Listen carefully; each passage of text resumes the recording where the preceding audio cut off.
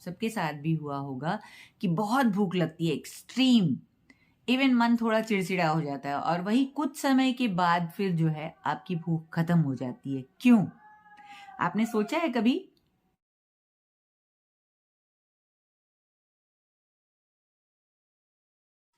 नमस्कार दोस्तों, मैं अनीता और आप देख रहे हो ऑलराउंडर आई। और आप लाइव प्रूफ देख लो खुद, मेरा कितना वजन कम हो रहा है और इतना फास्ट कैसे हो रहा है, आइए जानते हैं। ना फास्ट लूज करने का और कहीं भी कोई वीकनेस नहीं, कुछ नहीं, और कोई डाइटिंग भी नहीं, भूखे भी नहीं रहना।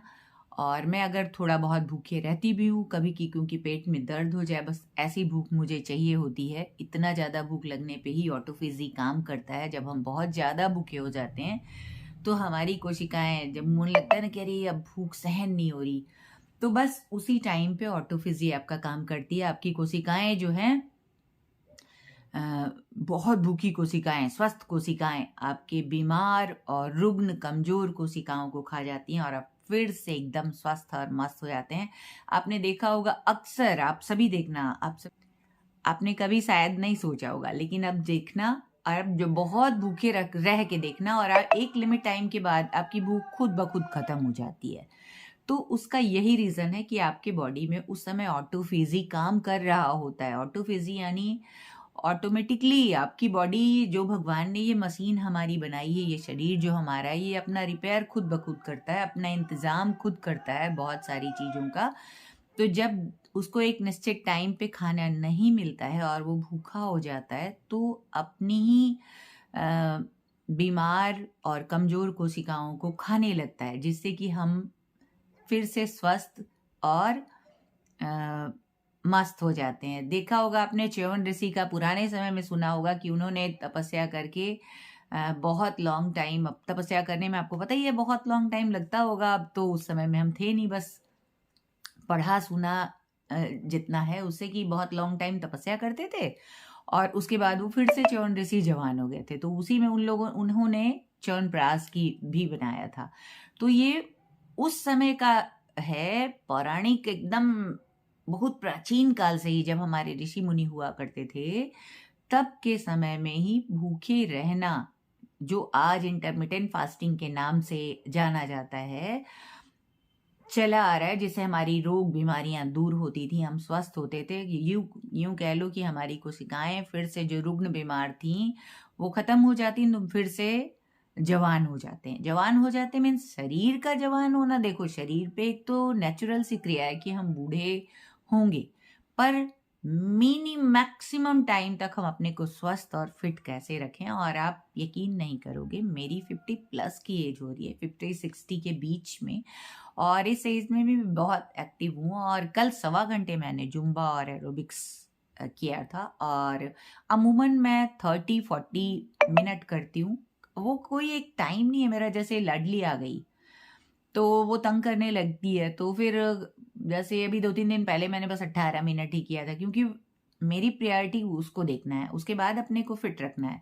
फिट तो रखना ही रखना है अपने को, पहला काम है, पर वो जैसे परेशान हो रही है तो मेरी ड्यूटी है कि मैं उसकी देखभाल करूँ, है ना।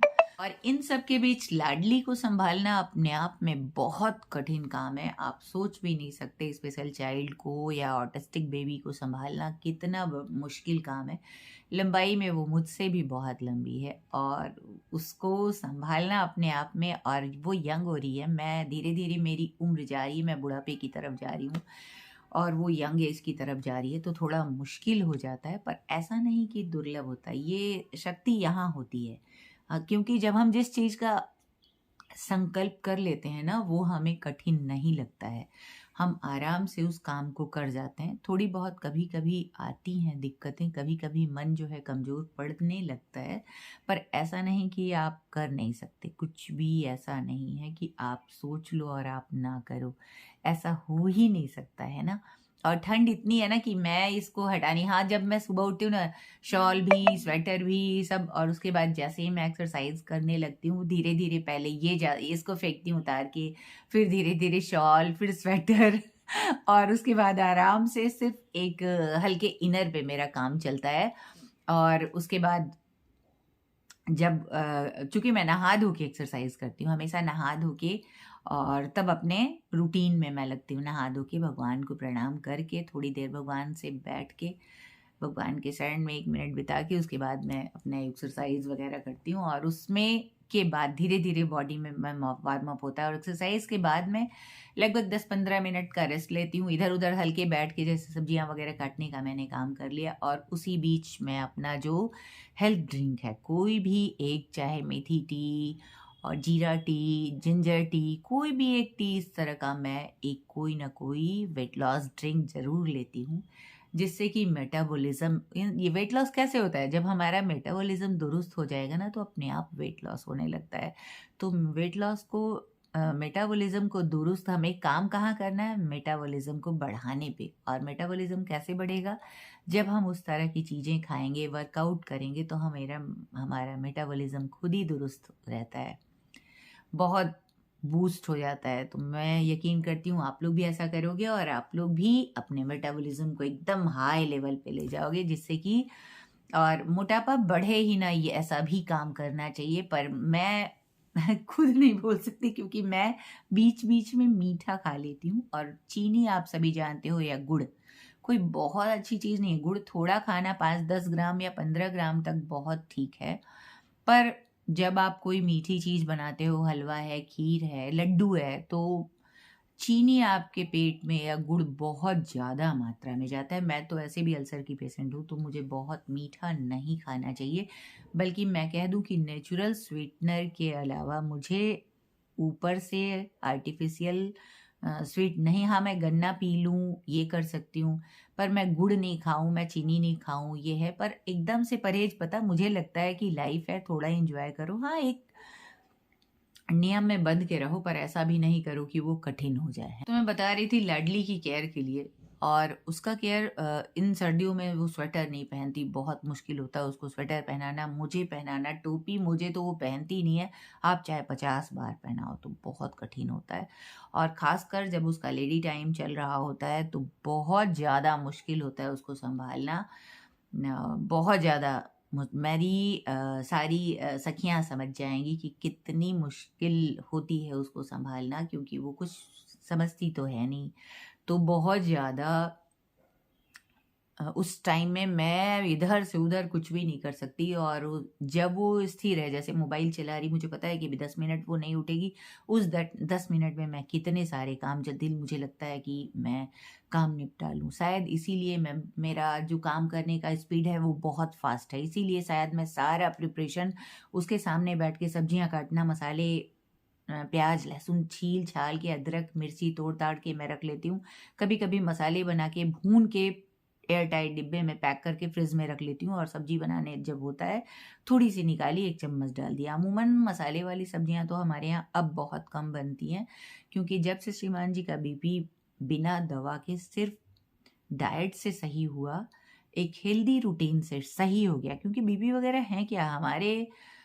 एकदम से बेलगाम छोड़ देना अपनी लाइफस्टाइल को ही से ही होता है। हम जब कुछ भी अच्छा अपने हेल्थ के साथ नहीं करते, तो हमारा बॉडी जो है इंडिकेट करता है कि मेरे साथ कुछ गलत हो रहा है, प्लीज़ मेरे साथ कुछ गलत हो रहा है। और वो, अगर हम उस चीज़ को समझ जाते हैं तो हमारी प्रॉब्लम खुद ब खुद ठीक हो जाती है, वरना हम झेलते रहते हैं, झेलते रहते हैं, झेलते रहते हैं। और मुझे भी ये चीज़ समझने में लंबा टाइम लगा था, कि अपनी बॉडी के इशारे को समझने में, अपनी बॉडी की ज़रूरतों को समझने में बहुत टाइम लगा था, वरना तो हम सभी क्या करते ना, इस 2 इंची की जीभ जो टेस्ट की दीवानी है, इसके पीछे भागते रहते हैं। और जिस दिन हम इस चीज़ को समझ जाते हैं, अपनी बॉडी की नीड को समझ जाते हैं, उसकी सही ज़रूरतों को पहचान लेते हैं, अपने खाने पीने की आदतों में सुधार करते हैं, बस वैसे ही हमारा सब सुधार होता चला जाता है। तो मुझे यकीन है आप लोगों को मेरी बात समझ में आ रही होगी। और खाने का मेरा वही है, कभी और आप लोग भी फॉलो करेंगे। तो मेरा खाने पीने का वही है कि मैं जब भी खाती हूँ, जैसे फ्रूट्स, वेजिटेबल, कल तो बहुत सारी वेजिटेबल मैं लेके आई थी, सॉरी, मैं इस अगली बार से जब लेके आऊँगी तो आप लोगों को दिखाऊंगी। अभी तो कट पिट करके मैंने फ्रिज में रख दिया है, इसलिए आप लोगों को शायद ना, जैसे पालक मैं बीन के एकदम साफ सफाई करके उसको रख लेती हूँ ताकि बनाते समय आसानी हो। मटर वगैरह छील के रख लिया, प्याज छील के, लहसुन छील के, तो किचन बहुत आराम से आपका हो जाता है।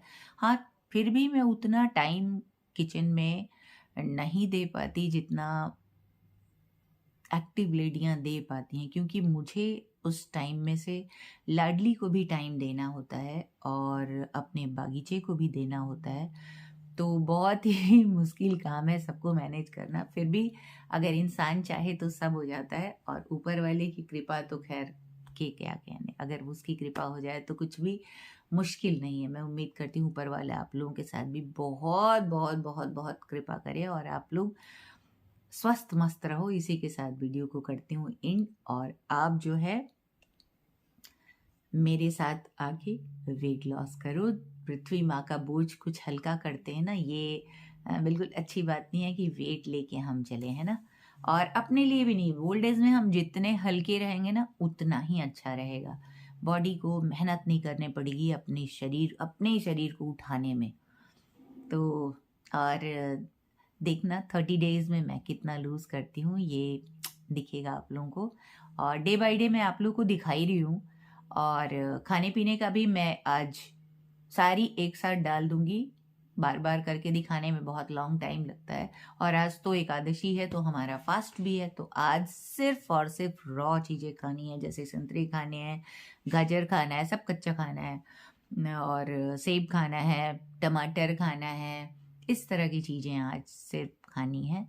और बहुत ज़्यादा भूख, अगर लाडली भी व्रत रहती है, सोच लो लाडली के हेल्थ को मेंटेन करने के लिए मुझे उसको भी व्रत वो रखती है, थर्सडे व्रत और एकादशी हम सभी रहते हैं तो वो भी रह जाती है, और उसके लिए मैं बादाम की खीर बना देती हूँ। और सब्जियाँ जैसे लौकी की सब्जी बना दी और गोभी की सब्जी बना लिया, और उसको मैश करके उसको खिलाते हैं। बाकी फ्रूट्स तो अमरूद, गाजर का हलवा, टमाटर, टमाटर का सूप, ये सब रहता ही उसके लिए, मिक्स वेज का सूप और कच्चा जूस, बहुत सारी चीज़ें उसके लिए मैं अवेलेबल कराती हूँ, जिससे कि उसका भी बॉडी का जैसे डिटॉक्सिफिकेशन होता रहे, ये उसकी बॉडी से भी, उसकी बॉडी भी डिटॉक्स होती रहे। व्रत करने से हमारी बॉडी डिटॉक्स होती है ना, और हम स्वस्थ रहते हैं।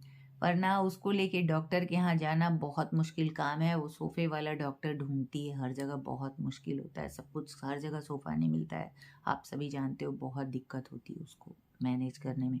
इस बार जब हम उसको लेके डॉक्टर के यहाँ जाएंगे, मैं आपको दिखाऊंगी कि वो कितना तंग करती है।